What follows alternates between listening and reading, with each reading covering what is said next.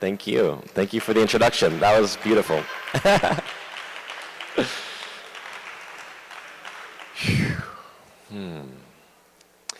It feels like the energy, it's hard to keep up, right? When you've got like back-to-back talks. I know these conferences, my attention goes in and out.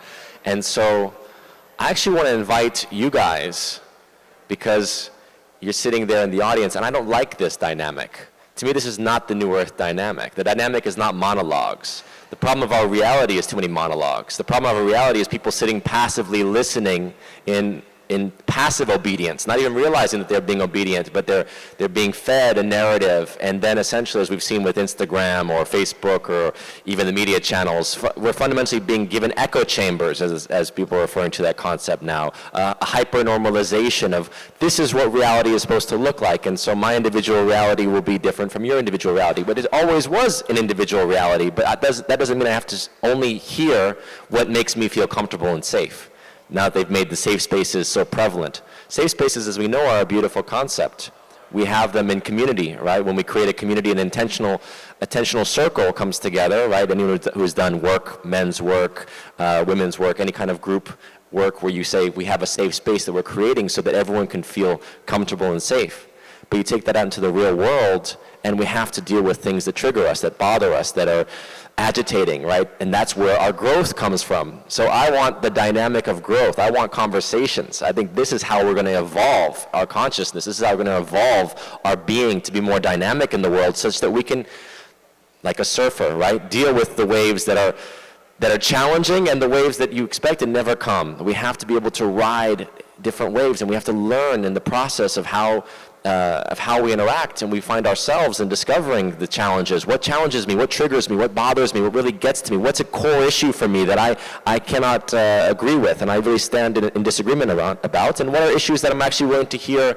Maybe there's something I'm missing. Maybe there's information, there's facts that I'm missing.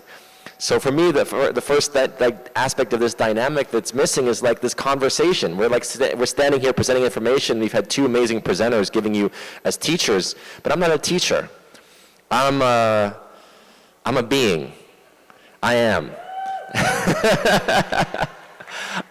I don't know what I am, because I'm here to learn and to grow and to figure it out and to explore it. As the Greeks and the ancient mystery schools always said, know thyself. Understanding that that's a paradox. You will never fully know thyself. In fact, the problem you find is that there is no end to thyself. There actually is no beginning to thyself, and everyone you encounter is an aspect of yourself. There's no external reality, because there's nothing external. It's all connected vibrationally, right? Everything is connected in consciousness. The fact that we can even engage each other is because we're connected in consciousness. So where does it end? Where does it begin? Again, what dimension do you want to start with? Who knows where it begins and ends? The Alpha and the Omega is only the moment of now, of presence, in our ability to tune in and to be aware in this moment. That's all that exists. This is the Alpha and the Omega. So I invite the consciousness of the crowd. I invite questions from the audience. I'm curious to know what's in your heart or mind, your curiosity. What do you want to talk about? What do you want to hear about? What do you want to learn right now? Okay, there we go. And we can even address things that came up this morning, if whatever's on your mind. The first thing from the last talk, I forgot his name. He's amazing. Josh? Josh. Props to Josh.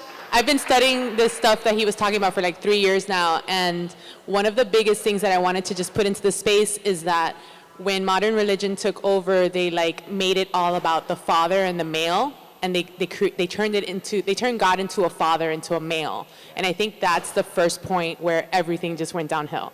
Because now we're so programmed, as soon as we think about God, we think it's a man. It's Zeus. It's Zeus in the Western world. Actually, it is. Arguably, you could say Jesus is Zeus. Essentially, it's an archetype. Bacchus, who's the son of Zeus. Zeus is the father. Jesus is sort of a hybrid construct. If you really get into the essence of where Christianity came from, it's quite fascinating, because there's very little evidence of a real Jesus. Some people argue that there was a messianic figure that was the basis for the mythology, but the mythology itself is a hybridization of basically what the Romans took from the Jewish traditions, mixed it with various Greek, Roman basically was Greek mythology, right? And so they mixed it together to create this this messianic rebel because he had to die in order to just justify Rome's destruction of Jerusalem, destruction of the Second Temple, right? What was that, around 73, I think, AD? They basically, in order to justify it, they had to create this whole text saying, look, your Messiah came, he died, he prophesied that we were going to come here and destroy it, and he said the Son of Man actually is Titus. I'm sorry, the Son of God is basically Titus, because that's the God in the Roman world was the emperor. He was the living God, right? And then what do we have now is the Pope is the living God, because as we know, the Roman Catholic Church is Roman. It literally was the Roman Empire adopted this mythology of Christ, adapted it to the Senate. The Roman Curia of cardinals are basically the modern day Roman Senate. And the emperor is the Pope. He's the one that has the keys to the kingdom, right? He has the keys of the two realms, the spirit and the physical realm. So a lot of this, as you say, is father. It's father archetype, the emperor, right? The emperor, the power figure being the king or the emperor.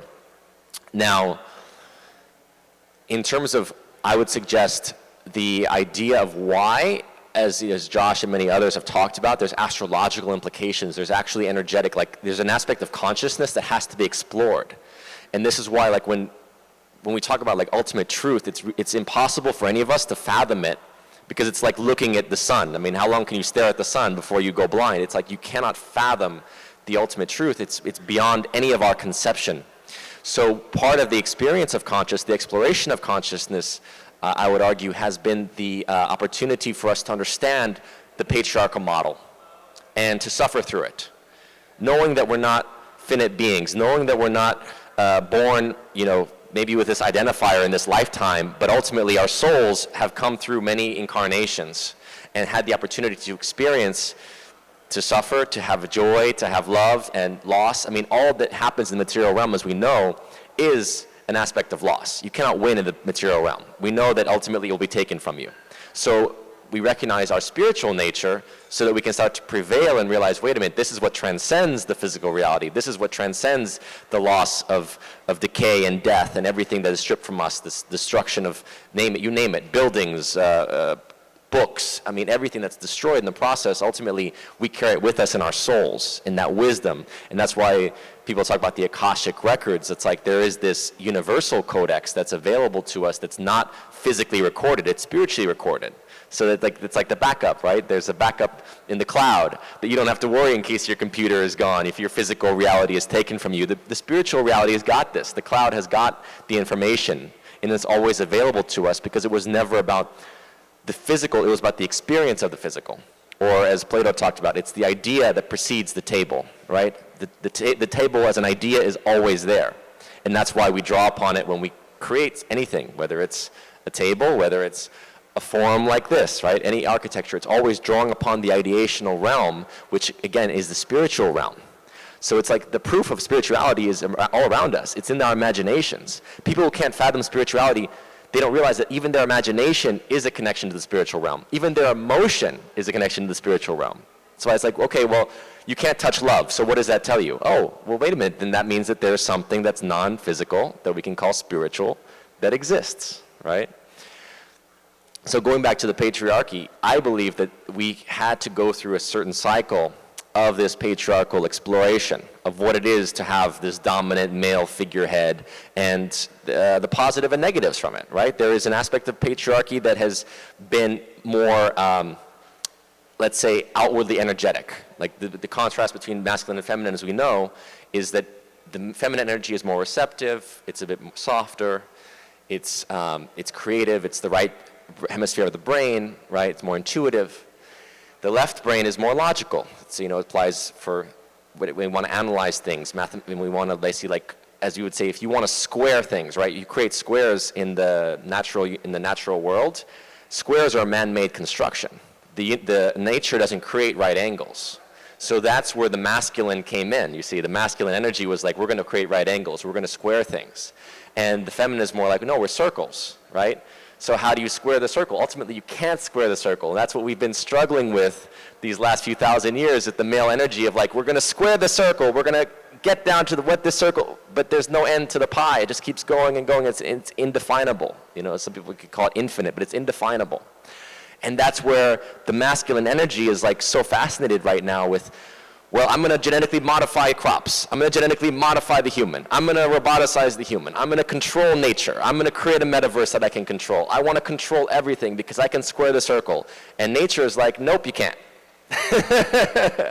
Nature wins. Nature is always going to prevail because nature is indefinable. Just like our spirit, there's an aspect of us that's indefinable, that's infinite, that you cannot possess within the confines of any cell. That's why the cells within us are dying and being reborn by the millions every day. So that we're actually literally, like, in a sense, we're being reborn every day, if not even faster, every moment, they say. And so that's why the patriarchal model, in a sense, has reached its limit. And now we have to find that balance. And it's not just, by the way, the externalization of the patriarchy. A lot of people get, I think, stuck in this idea of like, the patriarchy is an external idea. Listen, language has a patriarchal connotation to it because it's limiting. It creates, as we know, when we feel something, I mean, you just want to like connect. This is the new earth. We want to share a feeling, right? We may have a feeling of someone. You want to maybe touch or just exchange energy, as we know from all the traditions of prana, of chi energy, right? That which is like, you can literally experience it with not just the science of like heart math and how you can actually affect people outside of your body, right? And you can measure these kind of things, but you feel it. I mean, literally there are masters that can give you an energy punch and you don't even touch you and they'll send you across the room because we are the energy that surrounds us. And again, going to like what that means in terms of where we're evolving is the more feminine, intuitive side, the more energetic side, not as fixed in terms of the idea of, again, like we were talking about language. So if I want to exchange with feeling or have a feeling, I don't necessarily need words, right? The words sometimes can be a limitation to what I'm actually feeling. So the patriarchal modality is part of all of us. It's in every woman in here. The question is how we can unshackle from that and marry the divine union model ultimately is marriage of our own feminine and masculine within our own self. And as the feminine is rising, it's rising obviously not just, we'll see externalizations of it. Most powerfully we'll see it as the earth energetically, the Schumann resonance has been spiking, as we know, but like you'll see more and more of the energetic frequency of the earth actually rising, like getting more intense, more felt. And what does that mean? Well, we're made of the earth. So when they were saying in the presentation about matter being earth, well, that's the matter of the earth herself. That's why she's Gaia, right? So we actually are made of that same stuff, and that's the energy that's now coming through, I would argue, in terms of what we're feeling and sensing, intuiting. And it's affecting us in dream time. It's affecting us on the emotional levels. It's affecting our consciousness, and that's why things manifest, not just because a bunch of people conspire to do something. Really, conspiracies are multidimensional. Like when you really get to the heart of it, this is why it's so difficult to talk and prove conspiracies, because they're like, well, where's the paperwork? Where's the evidence? It's like, no, it's ideational. Like we said, if it comes from the ideational realm, right, it's beyond the physical experience. That's where conspiracies actually come from. So when things want to manifest in the physical world, it comes through the ideational realm, and then people gather together, and they collectively, energetically recognize each other, just like we're connecting here in a space. The same thing happens when people want to, let's say, plot something or plan it. Now, if the plot doesn't have the energy to go through, it will backfire, it will not manifest. And that's where we're at this sort of beautiful point, I would argue, of seeing, in a sense, like we're seeing through the veil. We're seeing through now, like, okay, there are these powers that were, you could argue, that have been manipulating human life and trying to use, especially using money, right, the creation of, what is money? It's a materialization of a currency, an energy, right? And telling us, we issue the money, you must use this. And all of a sudden it's like, no, the consciousness is saying, no, actually, you are not the only one that has to issue the money. We can issue it ourselves. We can create cryptocurrencies. And we can start to exchange, right, without your permission, and create our own modalities of exchange and our own modalities of valuation and our own economies, right? And I think this is very much where we're shifting towards, because this is the New Earth modality. The New Earth modality is a felt modality. It is a golden age of balancing, again, the left and the right brain, the masculine with the feminine. So it's not like we have to kill the king or off with his head or, you know, get rid of the God the Father. No, it's recognizing the pyramid at the back of this auditorium here. There's a father, there's a mother, and there's the divine child. And we are all three, right? So can we honor all three of those energies as they come into manifestation? Yes. Oh, yes, sir. Yes, sir.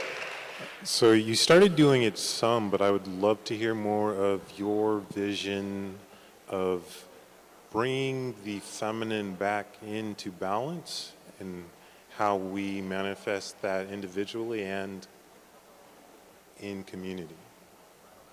The feminine into balance, you say? Yes. You started addressing some of it, but you were saying a lot. So I know. I want to hear more of that part. Yes, yes. Bringing the feminine into balance. It's listening. It's hearing.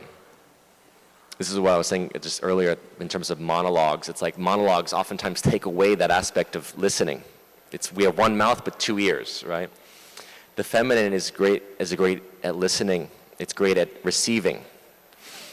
So as we've been in this culture, this masculine culture of basically city building and conquering and going out there and, you know, taking resources and taking slaves and taking women and taking, you name it, right? This externalization of power. We simultaneously realize a society that's very internally vapid. And this goes across so many communities. It doesn't matter if you're a spiritual community or a matrix, you know, city or whatnot. There's a lot of people that are so fixated on the externalization of presence and the externalization of what they think they need to be and how they're supposed to look and how they're supposed to sound and how they're supposed to be received and how many likes they get, right? And it doesn't matter what your community you're in. The question becomes, how rich are you internally? So to me, the feminine aspect is the part of ourselves that not just feels, but actually endures. Women are known to suffer very deeply and to be able to bear suffering more than men. Women are known to go into deeper ability to suffer more pain. So it's not to say like, oh, well, you have to become a martyr. No, but this quality of being stripped of our external need for validation, our external, being able to be the fool, being able to be your authentic self and to be vulnerable, as we know, that vulnerability, that's a very feminine quality. And so I would say that fundamentally it's going to happen, like it'll happen naturally. It's not like you have to go out there. A lot of times people say like you have to do this or that. I believe that every one of us is guided. And so it's really just a question of how quickly you get there, right? As we know, you're on a journey. Eventually you're going to get to your destination. It may take more than this lifetime. And there might be detours, but sometimes those detours are necessary in fact, they probably always are necessary because you're just not ready yet. But at an emotional, energetic level, the deepening is the descent, as Kaya, my partner, talks about, like this descension for ascension. It's like the descent into the cave, into the womb, the ability to really go into ourselves, to find what it is that I am. And this is a journey that comes back and back. I mean, at least in my life, I've had this so many times, questioning who I am, thinking I found it, then getting hit again. Oh no, that's not what you are. The rejection, these things are so important. Rejection, sort of psychological deaths, you know, like mini deaths, right? These points of getting to somewhere where you feel I'm abandoned, alone, no one gets me, because then you get back to, wait, but I'm still breathing. And if I can still be here, despite the pain, despite the loss, despite everything that I want, my will wants it to be different, right? That willing is so masculine, but the heart is so receptive and open, realizing, let me just feel into this moment and be with this moment.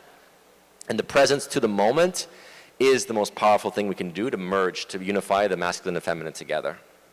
If we're actually with the moment.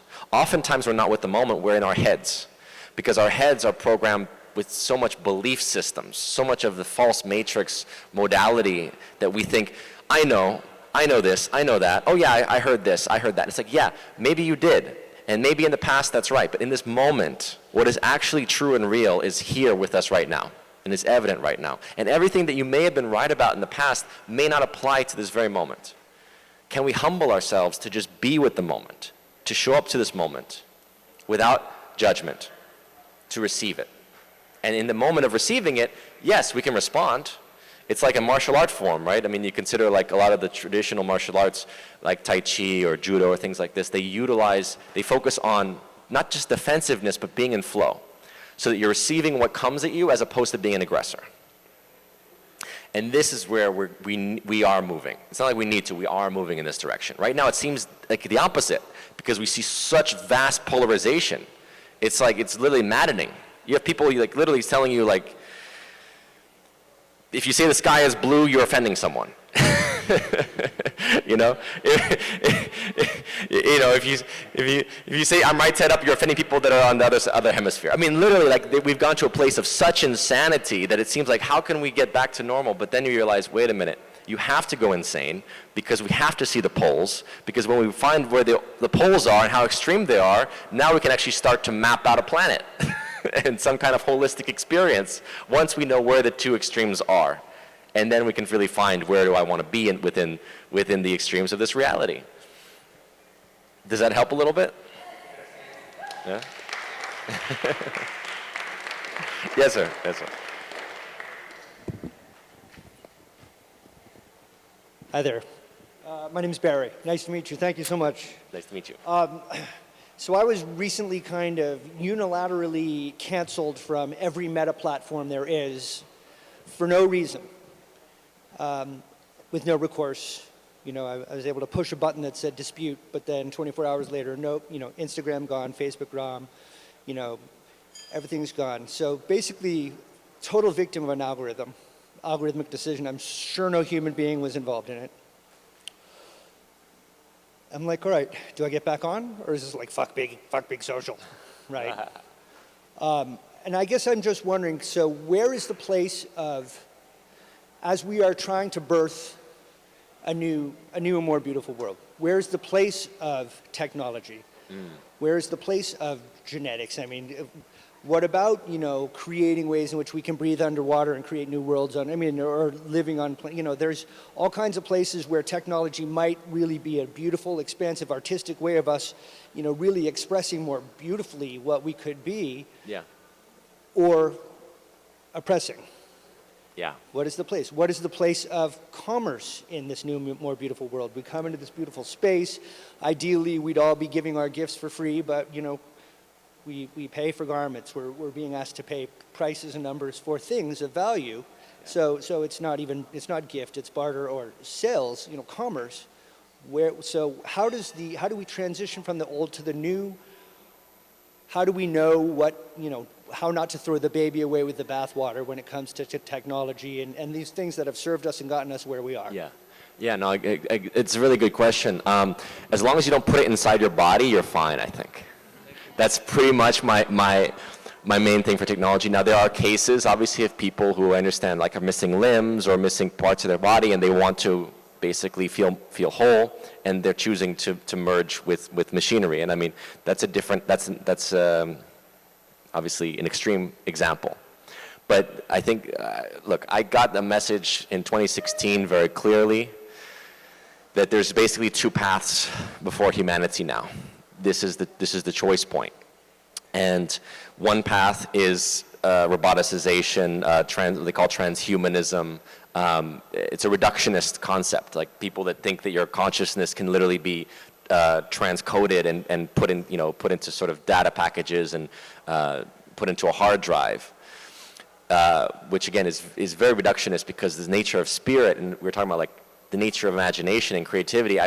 I argue in a lot of, obviously this is one of the great debates, what is it called, the hard problem of consciousness, is like, is it just our brains? I would say no, absolutely, it's not our brains that are manifesting and creating our genius. It's literally, our brains are more like, how do you say, like more like an internet in a sense that's tapped in, you know, to this intergalactic Wi-Fi of, you know, electromagnetism and other forces that are at work. And then obviously, dimensionally speaking, we don't fully understand what those planes are, right? Like astral planes and beyond that. So we are meant to tune into those planes, and there are people then that will say, oh, well, because we're doing it spiritually, we need to then, it's okay to merge with the machine, because essentially that's what we are. We're biocomputers. I would just say if that's your destiny, so be it. So everyone knows their own soul destiny. Some people are meant to be gray aliens. You know, that's what they're meant to be. That's just that's what they are. So it's okay if they want to do that. But you have to be very mindful of what you bring into this body, because as was talked about with the idea of the body being the temple, it's so true. And you can transmute a lot of things. I believe fundamentally we are only, as we know, if our body's matter is made of energy, then we can transmute anything. But getting there is pretty difficult. Becoming a fully light body being is pretty difficult. So in this lifetime, what you put in there, it might be difficult to transmute that as you become into a more ascended light being. But for now, in terms of technology this has been the problem of humanity since, since the fall of Atlantis had an aspect of this. Technology gone to the dark side. The essence, you could argue, of obviously in the Promethean mythology of the Greeks, fire being given to man as like itself a technology, because it's like obviously fire can occur in the natural world, but actually knowing how to create fire requires a certain skill and a certain technology to do that. Mirrors, Andrew Bartzis, the galactic historian, like kind of like blew my mind when he said mirrors are technology. Again, mirrors occur in the natural world, but once you start to actually like put these, you know, start to actually create techniques to create and manifest and control the mirrors and know where to put them, and obviously you create then cameras and all kinds of things as a result of that technology. So it's like we always have had to grapple with technology. That's part of the experience of the physical realm. We're going to grapple with it. We're going to play with it. This is part of the playpen. You know, this is a big playpen with a bunch of kids, because fundamentally humans are children in the galactic scheme of things, from alien consciousness. Like humans are like children. Some are obviously like very infantile, some are a little bit more evolved, some are like teenagers, but we're really children. And so we are playing and learning ourselves in how we play. So like, as we know, when you start to play with something and you start to play with others, you realize yourself, like, am I aggressive? Am I angry? You know, what is this inside of me? Thankfully, we're more conscious beings here having this conversation. A lot of people are out there completely unconscious of what's driving them, completely unconscious of the rage, of the vindictiveness, of whatever, the violence, the pain inside of them that's driving them. And so much of the work as a result is to get back into ourselves and to become hopefully more, again, I don't like the idea of getting rid of the shadow. It's becoming aware and in balance with the shadow. It's knowing how to navigate it, because ultimately a lot of our creativity comes from working with shadow. So much of our, like Beethoven's symphonies wouldn't come out from they come from a deep pain that he had to work to transmute, the deep pain of loss of love or lack of love, hearing loss and abuse from his father. I mean, so many things that he had to basically transmute that pain, and he created arguably the greatest piece of music in human history or modern history. So you can't get rid of the dark side. You work with the dark side. It's the same with technology. It's the same with commerce we're talking about. To me, commerce is who am I transacting with? The problem of the old system was that we chose to basically unconsciously transact with the biggest name. Oh, Harvey Weinstein, you're the biggest producer in Hollywood. Let me work with you. He was a scoundrel, and I'm not talking about the sex. Everyone knew this guy. He was literally screwing over other filmmakers, actors, anyone he could on a financial level. That reflects his psyche. So what he does when it comes to sexuality, it's interesting that people are so fixated on what he did sexually, but they didn't care what he did as far as business was concerned, and how many people he hurt, and how many projects he essentially destroyed.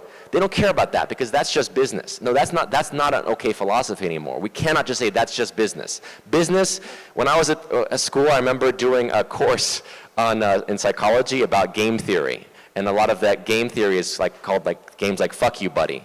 Basically, it's like prisoners, right? You know, prisoner dilemma. If you're in a prison and you and your accomplice are both caught and you're isolated, do you rat out your accomplice, right? And the argument is, well, if you rat him out first, you can get the most lenient deal. But if he also rats you out, then you both get screwed. So do you trust each other?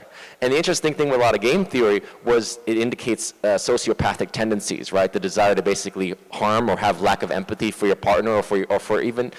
You can even say like enemies, ultimately it's like they're still partners in some level. This world is all one. There's no one that's a complete enemy that you don't have to have some level of exchange with. And that's why this bifurcation, by this, how do you say, this polarity that's been created in consciousness about like the bad guy out there is such a lie. No, we're all sharing this planet. We're all transacting at some level. And so when it came to game theory, what was interesting was the most sociopathic behavior was demonstrated by people that were studying economics. And I thought that's very indicative. Not to say every businessman or every economist is a sociopath, but there is this idea of business being an immoral place. It's just survival of the fittest, cutthroat, Gordon Gekko, greed is good.